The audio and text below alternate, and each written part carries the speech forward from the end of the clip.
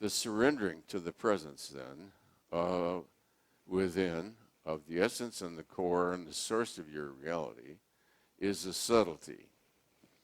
Now, the knowledge of the mystic arises, the studying and all that only sets up a stage, but it's self-revealing. So mysticism is surrendering to the self, to the capacity of divinity within to reveal itself.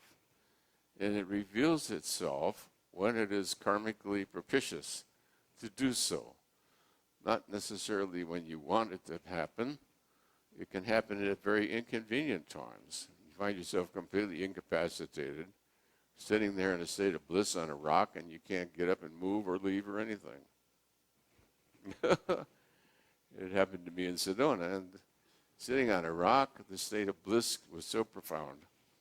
There was no capacity to get off the rock, and it seemed like that would be the end of the trail. I don't know what they cart you away, I guess. So it came across my mind that they cart you away, and I said, well, so they cart you away. Then they put you in a hospital. Well, then they put you in a hospital. No matter what prevailed, the state of Satchidananda, nothing interferes with it. Now, there was no preceding states, you see. You know, who was the Indian guru that fell down, thought he had died, and woke up in a different state? Ramana Maharshi, yes. So you see the mystic occasion, out of nowhere at all, he fell down, felt he had died, and woke up in a completely different state.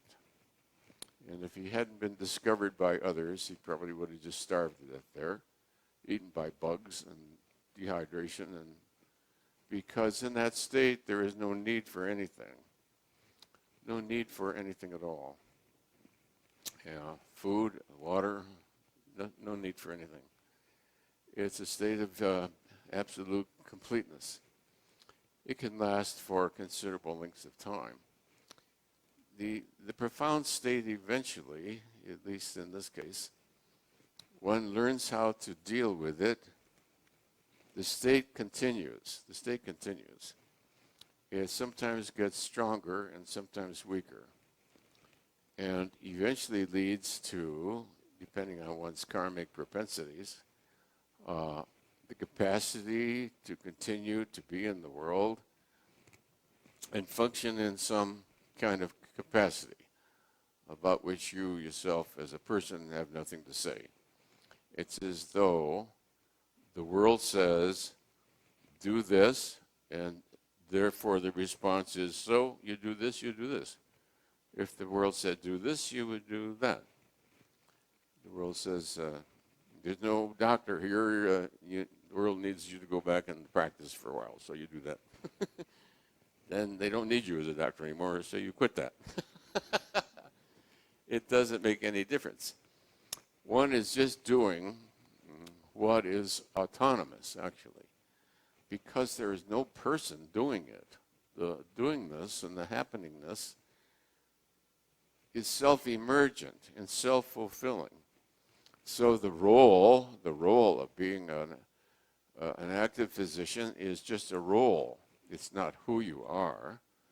You know, when you get to heaven, St. Peter doesn't check you in under doctors here, dentists there, housekeepers there. It's totally irrelevant to your inner reality.